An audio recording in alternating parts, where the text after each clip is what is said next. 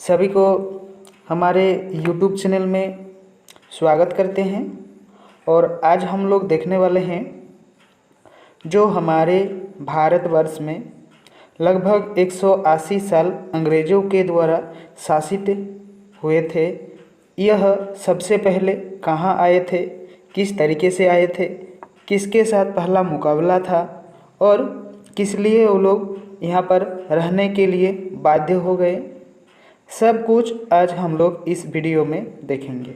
तो आप लोग जो वीडियो को क्लिक किए हैं, चला रहे हैं, तो आप लोग शुरू से लेकर अंत तक वीडियो को ज़रूर से ज़रूर देखें, ताकि आप लोगों को बहुत सी ऐसी जो आप लोग अनजान थे, अभी तक जानकारी नहीं मिला था, इसकी जानकारी आप लोगों को बहुत अच्छे से मिलेगा, बहुत अच्छे से मिलेगा।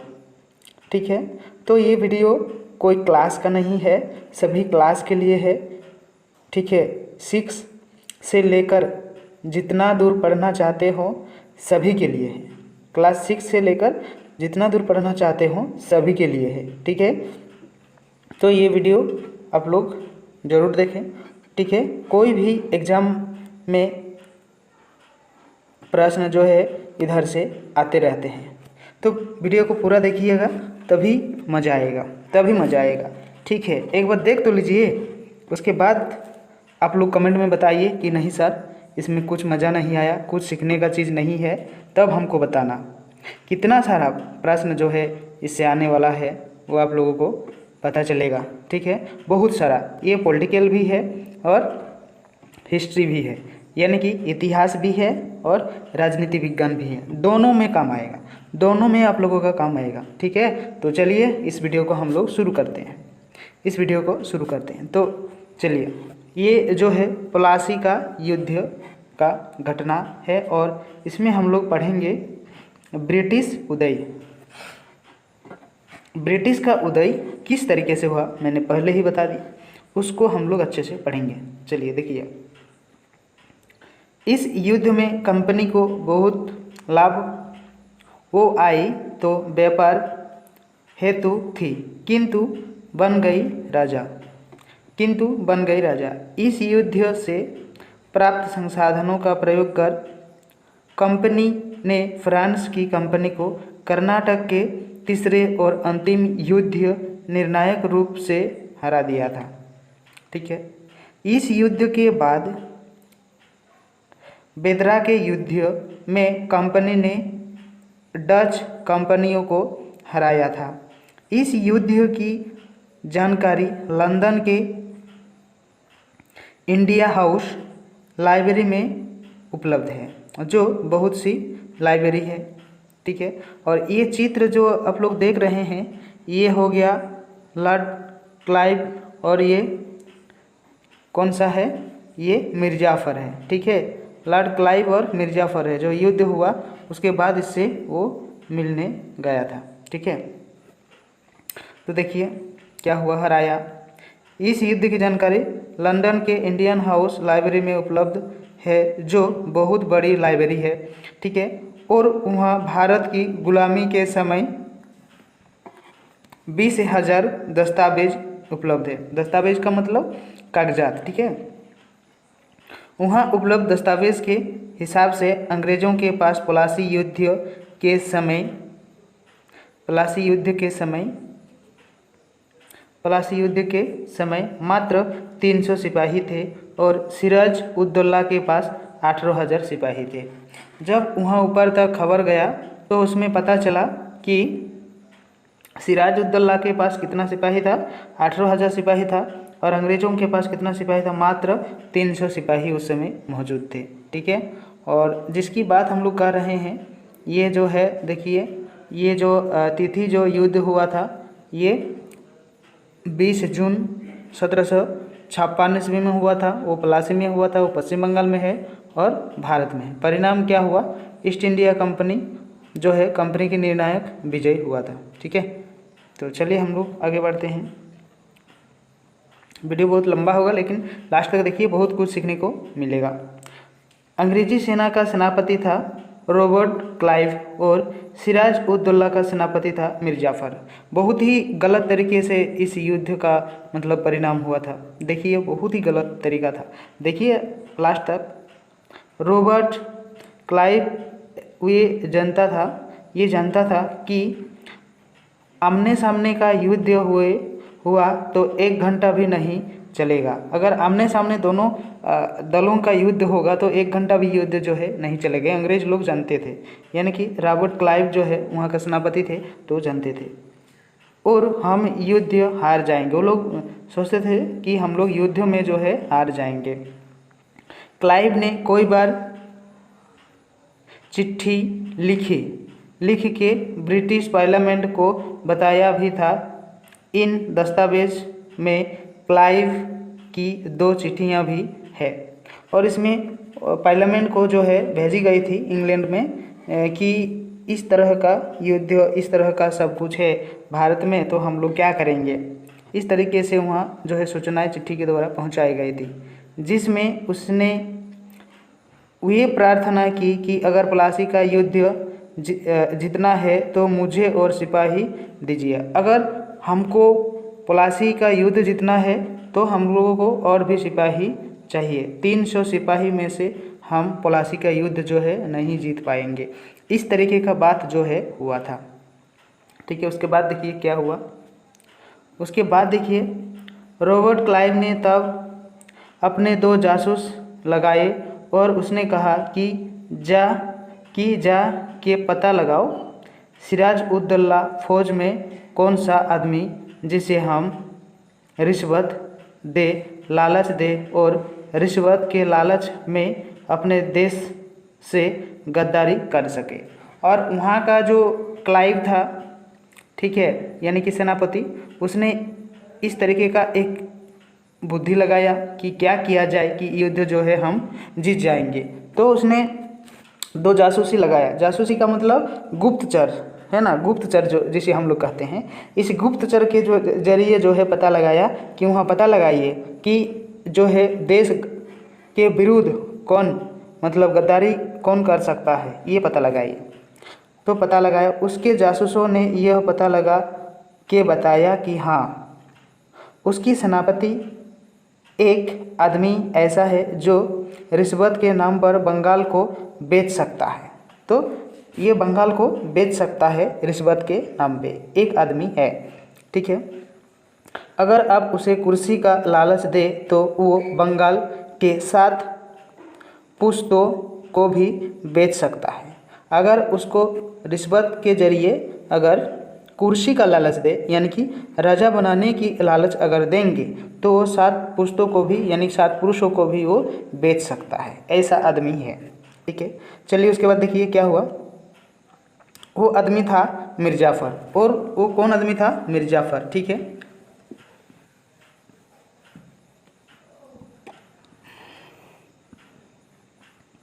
मीर जाफ़र ऐसा आदमी था जो दिन रात एक ही सपना देखता था कि वो कब बंगाल का नवाब बनेगा। मतलब वो एक ऐसा आदमी था, मीर जाफ़र एक ऐसा आदमी था, वो दिन रात स्वप्न देखते थे कि हम बंगाल का नवाब कब बन पाएंगे या कब बनेंगे, इस तरीके से। ठीक है, ये बात रॉबर्ट क्लाइव को पता चली तो उसने मीर जाफ़र को एक पत्र लिखा। जब ये बात उसको पता चला कि हाँ एक आदमी ऐसा है जो कि इस तरीके का बात करता है, तो उसमें हम लोग क्या करेंगे, पता लगाया और उसके बाद उसको एक पत्र जो है लिखा। देखिए आप लोग जो सुन रहे हैं इंटरेस्ट आ रहा है ना, देखिए बाद में क्या होता है, बाद में क्या होता है एक बार आप लोग देखिए कितना इंटरेस्ट लगेगा आप लोगों को कि किस तरीके से मतलब हमारे भारत को लूटा गया, किस तरीके से यहाँ राज किया गया लगभग 180 साल। ठीक है, चलिए। कंपनी ने इसके बाद कठपुतली नवाब मीर जाफ़र, देखिए इसको कैसा नाम दिया गया, कठपुतली नवाब मीर जाफ़र को सत्ता दे दी, किंतु ये बात किसी को पता न थी। सत्ता कंपनी के पास था और ये जो है उसको सत्ता देने का लालच जो है पत्र में लिखा, और पत्र में लिखने के बाद उसको बताया गया, और ये मतलब उसको बताया गया, दूसरे कोई नहीं जानता था। ठीक है, नवाब के दरबारी तक उसे क्लाइव का गधा कहते थे। ठीक है, मतलब देखिए दरबारी लोग जो थे नवाब के, वो लोग भी इसे गधा कहते थे। कंपनी के अफसरों ने जमकर रिश्वत बटोरी और बंगाल का व्यापार बिल्कुल तबाह हो गया। उन लोगों ने पूरा रिश्वत ले लिया, मतलब घूस ले लिया। उसके बाद ये जो है धीरे धीरे वो कंपनी जो है वो धीरे धीरे ख़त्म होने की कगार में चला गया। इसके अलावा बंगाल में बिल्कुल अराजकता फैल गई थी, और इसके अलावा बंगाल में क्या हो गया था, अराजकता की स्थिति जो है वहाँ आ पहुँचा था। ठीक है, उसके बाद देखिए प्लासी युद्ध के कारण पढ़ेंगे। अभी हम लोग क्या पढ़ेंगे, प्लासी युद्ध के कारण को पढ़ेंगे। देखिए प्लासी युद्ध में क्या कारण हुआ था। ठीक है, बहुत ही इंटरेस्ट होने वाले हैं आप लोग, देखिए इसे बहुत ही फ़ायदा जो है आप लोग को मिलेगा। देखिए उसके बाद क्या हुआ। आधुनिक भारत के इतिहास में प्लासी युद्ध का अत्यंत महत्व है। आधुनिक भारत जो अब के ज़माने में जो है प्लासी युद्ध का बहुत ही महत्व ज़्यादा है। इस युद्ध के द्वारा ईस्ट इंडिया कंपनी ने बंगाल के नवाब सिराज उद्दौला को पराजित कर बंगाल में ब्रिटिश साम्राज्य की नींव डाली। और सिराज उद्दौला को क्या किया गया, सिराज उद्दौला को वहाँ पराजित किया गया, और उसके बाद जो है बंगाल में ब्रिटिश सरकार का जो नींव है वो डाली थी सबसे पहले। इसलिए इस युद्ध को भारत के निर्णायक युद्धों में विशिष्ट स्थान उपलब्ध है। और यही युद्धों में जो है शुरू हुआ था ये अंग्रेज़ों का सिलसिला। ठीक है, चलिए इंटरेस्ट आ रहा है ना, तो वीडियो को एक बार लाइक कर दीजिए। ठीक है, और अपने दोस्तों को एक बार शेयर कर दीजिए ताकि उसको भी इसका पता जो है अच्छे से लग सके। चलिए, बंगाल मुगल साम्राज्य का एक अभिन्न अंग था।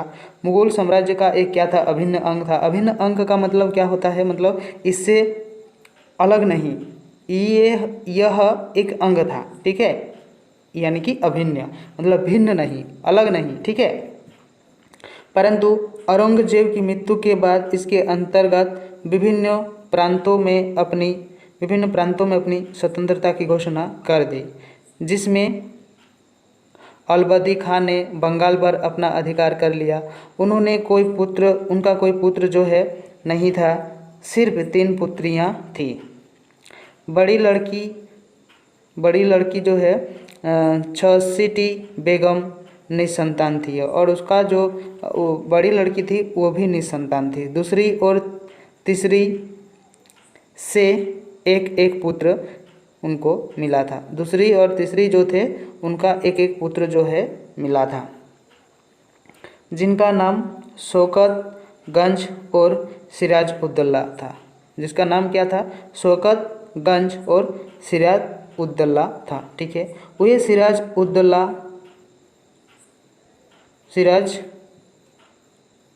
उद्दौला को अधिक प्यार करते थे, सबसे ज़्यादा वो सिराज उद्दौला को ही प्यार करते थे। इसीलिए अपने जीवन काल में ही उसने अपना उत्तराधिकारी घोषित कर दिया था, और वो अपना जीवन काल मतलब जीवन रहने के चलते ही उसको जो है अपना उत्तराधिकारी जो है सौंप दिया था। ठीक है, 10 अप्रैल 1756 को अलवर्दी की मृत्यु हुई, और ये जो उसका जो है मृत्यु हो गया कब, 10 अप्रैल 1756 ईस्वी को। ठीक है, और सिराज उद्दौला बंगाल का नवाब बना। उसको घोषित तो कर दिया था, लेकिन वो जितना दिन जिंदा रहेगा तब तक कोई नहीं बनेगा, जब वो मर जाएगा तब ये बनेगा। इस तरीके से मतलब उसमें जो है लिखा गया था। परंतु शुरू से ही ईस्ट इंडिया कंपनी के साथ उसका संघर्ष अवश्यभावी हो गया। अंत में 23 जून 1757 को दोनों के बीच युद्ध छिड़े। ठीक है, युद्ध जिसे प्लासी युद्ध के नाम से जाना जाता है। इस युद्ध के कारण थे जो इस प्रकार, क्या कारण थे देखिए, अभी हम लोग इसे पढ़ेंगे अच्छे से। आंतरिक संघर्ष, आंतरिक मतलब अंदर में। ठीक है, देखिए, गद्दी पर बैठते ही सिराज उद दौला को शौकतगंज के संघर्ष का सामना करना पड़ा। देखिए, वो दोनों भाई थे, दोनों भाई में से सिराज उद दौला को ये मिला था मुर्शिदाबाद वाला सब कुछ मिला था, मतलब बंगाल का, और शौकतगंज को जो है नहीं मिला था। तो दोनों के बीच क्या हुआ, झगड़ा हो गया, मतलब सामना करना पड़ा, क्योंकि शौकतगंज नवाब बनना चाहता था, लेकिन वो भी बनना चाहता था, लेकिन जो है ये सबसे प्रिय होने के चलते इसको ही सब मतलब घोषित कर दिया था। ठीक है, इसमें छसीटी बेगम तथा उसके दीवान राजबल्लभ और मुगल सम्राट का समर्थन उसे प्राप्त था, इसलिए सिराज उद दौला ने सबसे पहले उस आंतरिक संघर्ष को सुलझाने का प्रयास किया। तब ये आंतरिक युद्ध था दोनों भाई का, तो यह जो है युद्ध आंतरिक युद्ध को सुलझाने का प्रयास किया, क्योंकि इसी के चलते बंगाल की राजनीति में अंग्रेज़ों का हस्तक्षेप बढ़ता जा रहा था। जब इस तरह का युद्ध अंग्रेज़ों ने देखा तो उन लोगों का भी थोड़ा बहुत ये बढ़ गया कि अरे ये लोग अंदर में ही ठीक नहीं है, तो इन लोगों को कुछ करेंगे तो ये लोग अपने आप से मतलब भाग जाएंगे। ठीक है, इस तरीके का बात जो है चलने लगा। नवाब ने शौकतगंज की हत्या कर दी, और देखिए क्या किया, अभी देख लीजिए एक बार। उन लोगों ने क्या किया, देखिए, अपना राज्य पाने के लिए अपना भाई को ही शौकतगंज की क्या कर दिया, नवाब ने हत्या कर दिया। कौन, सिराज उद दौला ने। ठीक है, और उसके पश्चात उसने अंग्रेज़ों से मुकाबला करने का निश्चय लिया, और उसके बाद उसका भाई, देखिए, राज्य को पाने के लिए अपना भाई को भी जो है यहाँ पे मार दिया गया। ठीक है, मार दिया गया। तो उसके बाद जब वहाँ उसको भाई को मारा, उसके बाद उसने निश्चय किया कि अभी हम अंग्रेज़ों के साथ भी लड़ेंगे, हम लोग छोड़ेंगे नहीं। इस तरीके से वहाँ अपना जो है दबदबा आगे बढ़ाने का कोशिश किया। अभी देखिए हम लोग इस पॉइंट को देखेंगे, अंग्रेज़ द्वारा नवाब के विरुद्ध षड्यंत्र। तो अंग्रेज़ों के द्वारा जो है नवाब के विरुद्ध जो है किस तरीके का षड्यंत्र रचा था, ये हम लोग देखेंगे। हम लोग पहले ही प्रारंभ से ही अंग्रेज़ों की आंखें बंगाल पर पड़ी थी। हम लोग तो पढ़े हैं पहले ही, अंग्रेज़ों का आंख जो है बंगाल पर ही टिका हुआ था, क्योंकि बंगाल एक उपजाऊ और धनी प्रांत था, इसीलिए।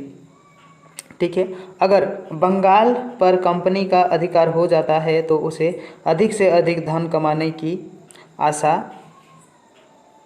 उनको, मतलब अंग्रेज़ों को थी। ठीक है, इतना ही नहीं, वे हिंदू व्यापारियों को अपनी ओर मिलाकर उन्हें नवाब के विरुद्ध भड़काना शुरू कर दिया। नवाब इसे पसंद नहीं करता था, मतलब अंग्रेज़ों ने ऐसा चाल चलाया कि हिंदुओं को, वो तो मुस्लिम थे, तो हिंदुओं को भड़काकर उनके विरुद्ध जाने के लिए कहा। कौन, अंग्रेज़ों ने। ठीक है, तो इस तरीके का जो है बहुत सारा समस्या जो है मिला था। ठीक है, तो देखिए अभी हम लोग देखेंगे, छोटा छोटा पॉइंट है, हम लोग इसे देखेंगे अभी।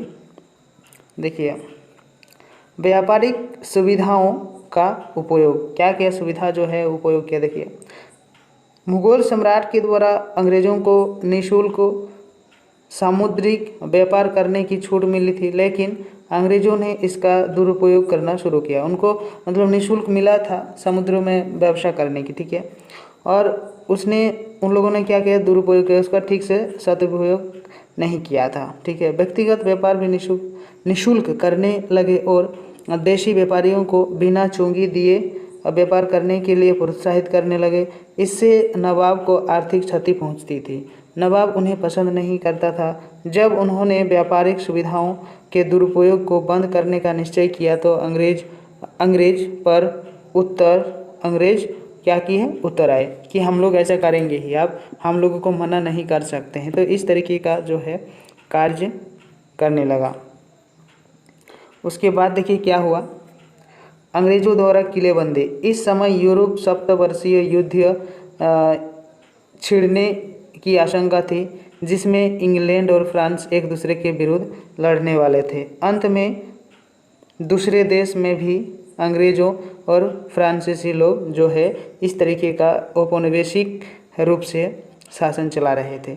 उन्हें युद्ध की आशंका थी, इसीलिए अपनी स्थिति को मजबूत करने के लिए उन्हें किलेबंदी करना शुरू किया और नवाब उसे बर्दाश्त नहीं कर सकता था। मतलब किलेबंदी मतलब यहाँ वहाँ जाने के लिए भी किसी को परमिशन जो है नहीं देते थे, तब ये उनको ठीक नहीं लगा था। ठीक है, अभी देखिए क्या पॉइंट आया है, अंग्रेज द्वारा सिराज उद दौला को नवाब की मान्यता नहीं देना। ठीक है, कैसे देखिए, बंगाल की प्राचीन परंपरा के अनुसार अगर कोई नया नवाब गद्दी पर बैठता था तो उसी दिन दरबार लगती थी। मतलब कोई नया व्यक्ति अगर राजा बन जाता था, मतलब गद्दी पे बैठ जाता था, उसी दिन क्या होता था, दरबार लगते थे कि उसको हम लोग नहीं मानेंगे, नहीं मानेंगे, इस तरीके का। ठीक है, उनके अधीन निवास करने वाले राजा, अमीरों, विदेशी जातियों के प्रतिनिधियों के दरबार में उपस्थित होकर उपहार भेंट करना पड़ता था कि वे नए नवाब को स्वीकार करते हैं। परंतु सिराज उद दौला के राज्याभिषेक के अवसर पर अंग्रेजों का कोई प्रतिनिधि दरबार में हाजिर नहीं हुआ, क्योंकि वे सिराज उद दौला को नवाब नहीं मानते थे। इसके चलते ही दोनों के बीच संघर्ष की संभावना जो है बढ़ने लगी थी। ठीक है, एक जगह में रहेगा और उसको नवाब का दर्जा, मतलब वो नवाब है लेकिन उसको दर्जा नहीं मिलता है, उसको लोगों के द्वारा अमान्य घोषित कर दिया जाता है, तो एक राजा का कर्तव्य क्या रहेगा, तो वो राजा भी उसको नहीं मानने की कोशिश करेगी कि नहीं, इस तरीके का जो हमारा राज्य में चलेगा तो ये राज्य तो अराजकता की ओर चलेगा, तो ये ठीक नहीं है। तो इस तरीके का बात जो है वहाँ चलने लगा था। नवाब को बदलने की कोशिश किया गया था। देखिए, अंग्रेज सिराज उद दौला को हटाकर किसी ऐसे व्यक्ति को नवाब बनाना चाहते थे जो उसके इशारे पर चलने के लिए तैयार हो। मतलब अंग्रेज लोग ये चाहते थे कि नवाब के अलावा कोई दूसरा ऐसा आदमी को बिठाया जाए ताकि हम लोगों के इशारे पे वो चले। मतलब अगर बोलेंगे कि उठो तो उठेगा, बैठो तो बैठेगा, इस तरीके का लोग उन लोगों को चाहिए था। ठीक है, इनके लिए अंग्रेज़ों ने प्रयास करना शुरू किया। ऐसी परिस्थिति में संघर्ष टाला नहीं जा सकता था। ठीक है, तो यह एक बहुत ही बड़ा संघर्ष जो है उन लोगों के लिए पैदा हुआ था।